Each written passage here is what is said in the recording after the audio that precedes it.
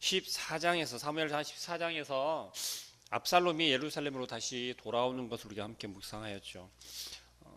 그 또한 압살롬이 요압 예루살렘으로 돌아올 때 요압이 왕의 마음을 미루어 짐작하고 압살롬을 그리워하는 것으로 여기며 예루살렘으로 돌아올 것을 다시 돌아오게 할 것을 청하였죠. 그런데 요압이 다윗 왕에게 직접 이야기한 것이 아니라 어찌하였습니까? 한 여인을 통하여서 다윗에게 이야기하게 하였습니다. 그리고 다윗이 깨닫게 하였던 거죠.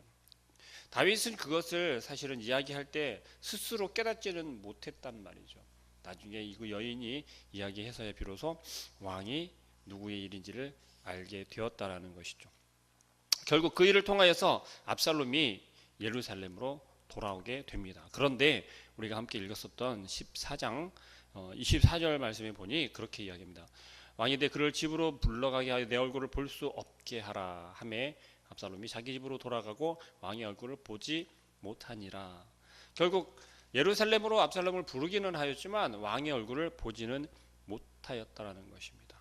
왕의 얼굴을 보지 못하고 지내고 있었어요. 그것이 벌써 2년이 지납니다. 다윗이 압살롬을 3년 만에 예루살렘으로 데리고 오지만 진정한 화해를 하지는 않았던 거예요. 결국 압살롬이 다윗 앞에 와서 온전한 다시 부자 간의 관계가 회복되지는 못한 상태로 예루살렘에 거주하게 된다라는 것입니다. 그리고 나서 2년이 지나고 나서 압살롬은 더 이상 아버지와의 관계, 다윗과의 관계를 그대로 둘 수 없게 되고, 그리고 압살롬이 적극적으로 나서서 다윗에게로 나아가는 모습을 우리가 볼 수 있습니다. 그것이 지난 14장 25절부터 마지막 절까지의 내용인데요. 근데 그 상황에서도 바라보면 온전한 마음으로, 순전한 마음으로 압살롬이 다윗에게로 나아가려고 하는 그러한 모습이 아니라는 것을 우리는 기억해야 할 것입니다.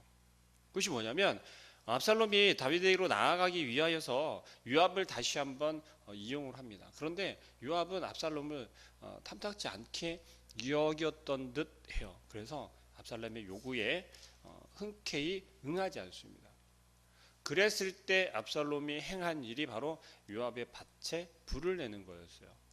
그렇게 억지로 요압을 불러내고 다윗에게로 나아갈 수 있도록 한다라는 것이죠. 압살롬에게서 먼저 보여져야 할 것은 무엇이었냐면 회개하는 모습이 먼저 선행되어져야 했습니다. 그런데 예루살렘으로 돌아온 압살롬의 모습 가운데는 회개하는 모습이 전혀 나타나지 않고 있어요. 그죠?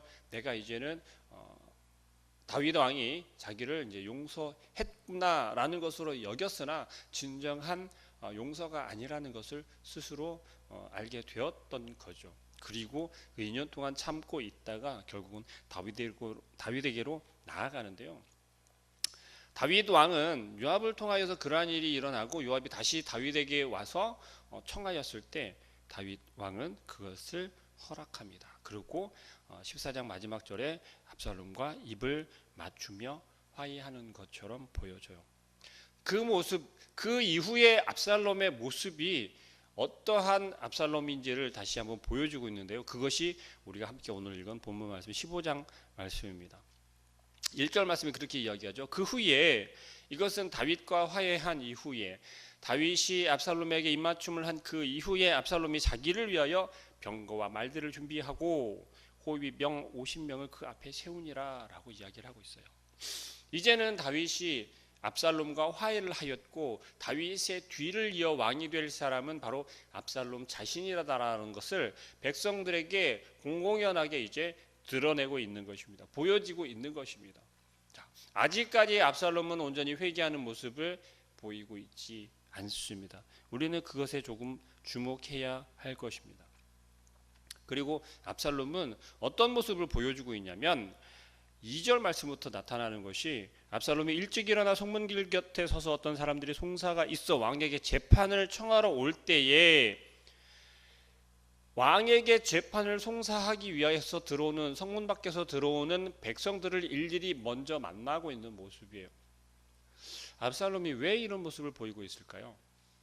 압살롬은 어떤 지난 일이 있었는지 우리가 기억하죠. 암논이 압살롬의 누이 다말을 억지로 동침하고 그것에 대한 그 죄를 허물을 다윗이 온전하게 묻지 않은 그 일을 기억하고 있는 거예요. 결국 압살롬이 암논을 죽이기는 했지만 그럼에도 불구하고 다윗 왕에 대한 마음은 아직 가시지 않은 것을 우리는 볼 수 있습니다.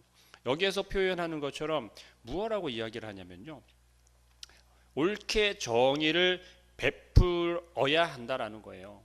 4절 말씀에 이렇게 이야기합니다. 압살롬이 이르기를 내가 이 땅에서 재판관이 되고, 압살롬 자기 스스로가 이 땅의 재판관이 되어지고, 누구든지 송사나 재판할 일이 있어 내게로 오는 자에게 내가 정의를 베풀기를 원한다라는 거예요. 무슨 의미입니까? 다윗 왕은 온전한 재판을 하지 못하였고 정의를 베풀지 못했다라는 거예요. 혹은 그러한 사람을 세울 만한 능력이 없다라는 것을 이스라엘 백성들에게 공공연하게 지금 이야기하고 있는 것입니다.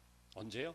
재판을 하기 위하여서, 재판의 송사를 하기 위하여서 일찍이 성문 안으로 들어오는 그 이스라엘 백성들을 향하여서 계속해서 이러한 일들을 하고 있었다라는 거죠. 이것은 사뭇 어떤 모사를 꾀하고 있는 압살롬의 모습을 보여주고 있습니다. 그리고 나서 또 이렇게 이야기하죠. 5절 말씀에 사람이 가까이 와서 그에게 절하려 하면 압살롬이 손을 펴서 그 사람을 붙들고 그에게 입을 맞추니. 자, 압살롬은 지금 다윗의 뒤를 이어서 왕이 될 사람이에요. 근데 그 모습을, 그 인격적인 모습을 가식적으로라도 지금 이스라엘 백성들에게 보여주고 있는 거죠. 우리가 이렇게 생각할 수 있겠죠.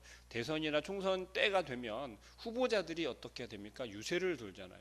유세를 돌면 좋아하건 싫어하건 간에 어떻게 합니까? 악수를 하거나 인사를 하거나 과잉 친절을 베푸는 모습들을 우리는 볼 수가 있습니다. 그런데 압살롬은 아직 왕이 되지는 않았어요. 그런데 이미 내가 차기 왕이 될 것이고 나만한 제목이 없다라는 것을 이스라엘 백성들에게 계속해서 각인을 시키고 있는 모습입니다.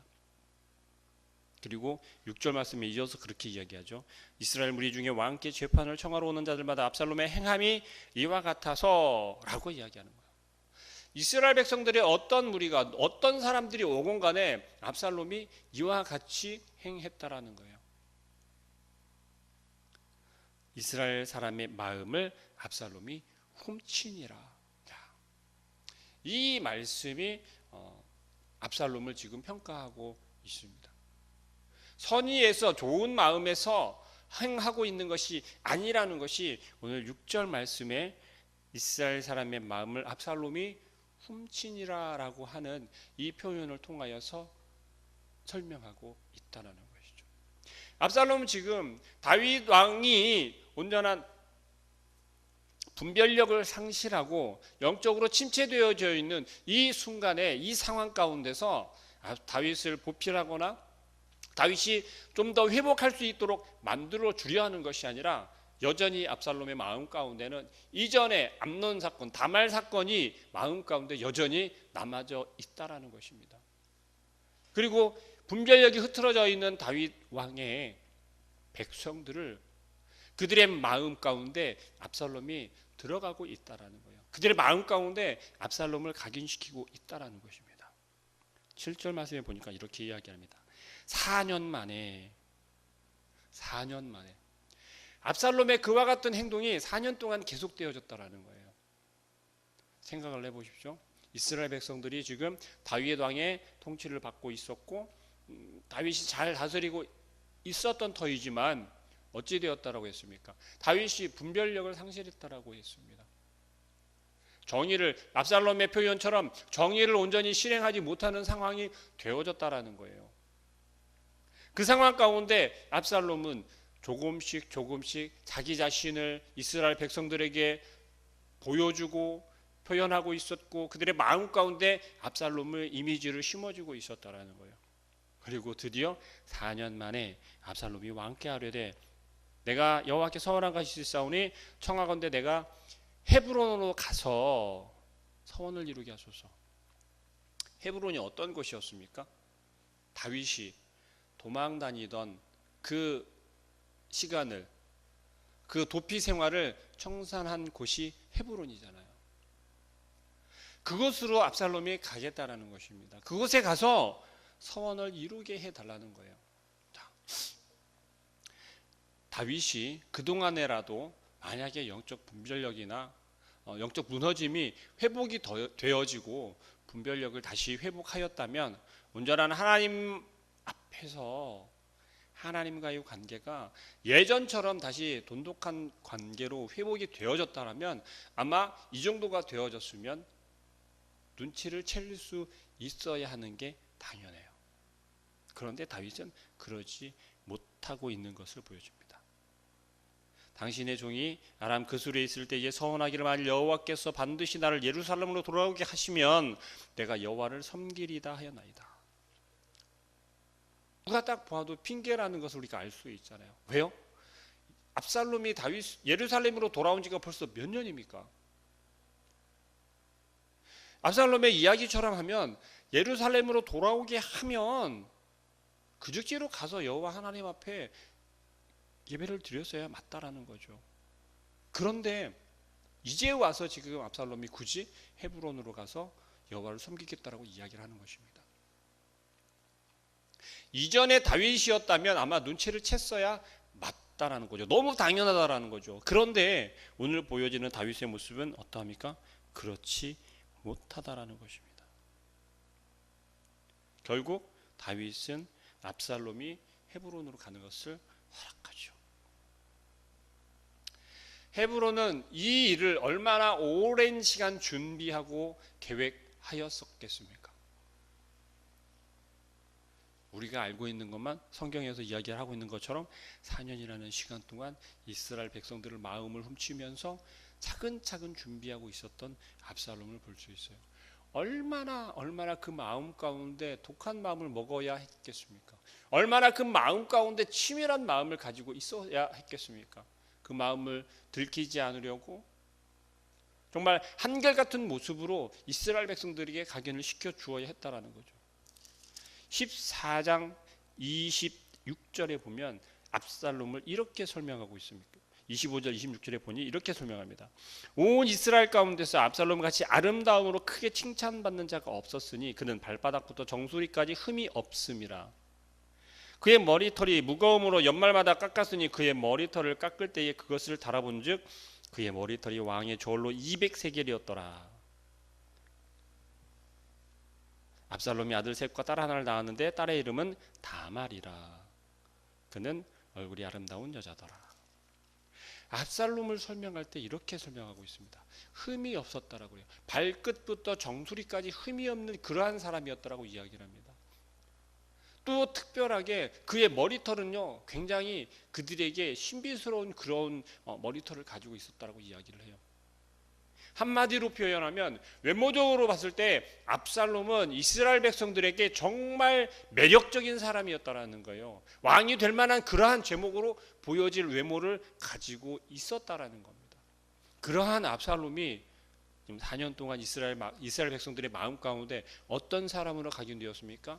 정의를 실현할 수 있는 사람, 재판을 온전히 송사할 수 있는 사람, 그들의 마음을 다 헤아려 줄 수 있는 사람, 그리고 왕의 권위를 가지고서 그들을 억압하거나 짓누르거나 아니면 그것을 내세우려 하는 것이 아니라 오늘 보여진 것처럼 어떻게 해요? 절하려 할 때 그들의 손을 붙잡아 입 맞추는 그러한 사람으로 이스라엘 백성들에게는 각인이 되어졌다는 거예요.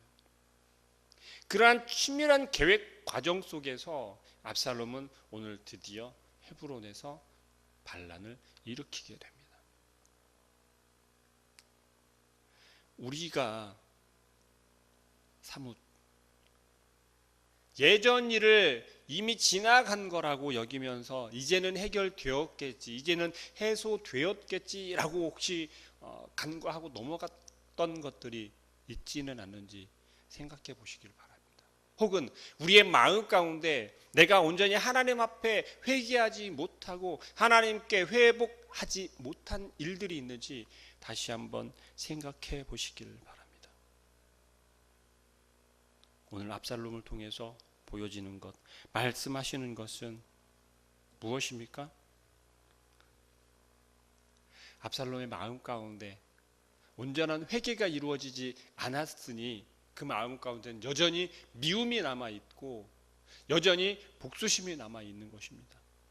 그리고 이제는 내가 정의를 실현하겠다라는 거예요.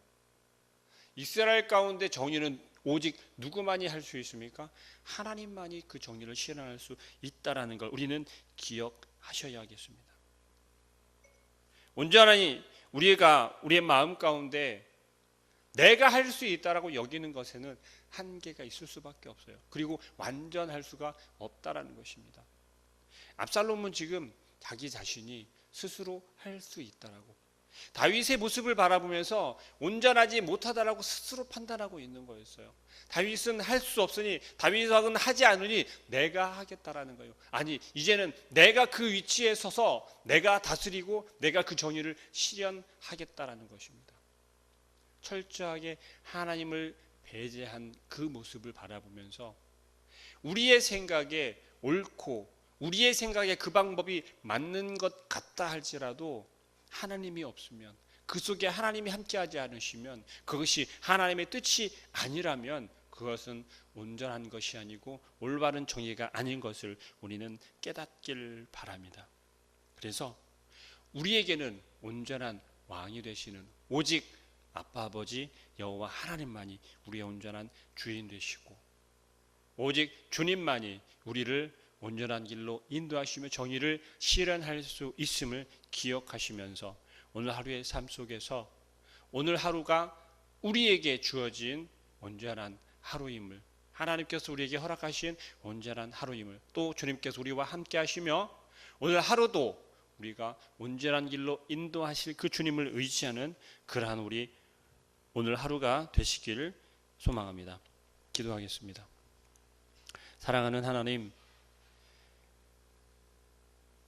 압살롬은 그의 마음 가운데 여전히 욕심과 또한 복수심과 또 야망이 그 마음 가운데 자라나서 이제는 드디어 그 모습이 드러나는 것을 우리가 바라봅니다. 이스라엘 백성들 가운데에는 정말 좋은 사람으로, 덕목이 있는 사람으로, 마음이 넓은 사람으로, 사랑이 많은 사람으로 그렇게 각인시켜졌을지는 모르지만 그 마음 가운데는 여전히 아버지 하나님께 온전한 회개를 하지 아니하였고, 또한 온전한 아버지 하나님과 함께하는 모습을 보이지 아니하였으며 하나님 앞에 서 있는 모습이 아닌 것을 우리가 바라봅니다. 또한 다윗 왕의 그 분별력이 흐트러진 것을 바라보며 우리가 혹은 그러한 모습이 아닌지 점검하게 하시고 하나님과의 관계를 다시 한번 점검하여서 온전한 관계를 회복할 수 있는, 혹은 하나님과의 관계 가운데서 더욱더 우리의 마음 중심에 하나님을 줄 수 있는 그런 우리 모든 성도님들 될 수 있도록, 또 우리의 삶이 될 수 있도록 주님께서 오늘 하루의 삶 속에서 역사하여 주옵소서. 예수 그리스도의 이름으로 기도합니다. 아멘.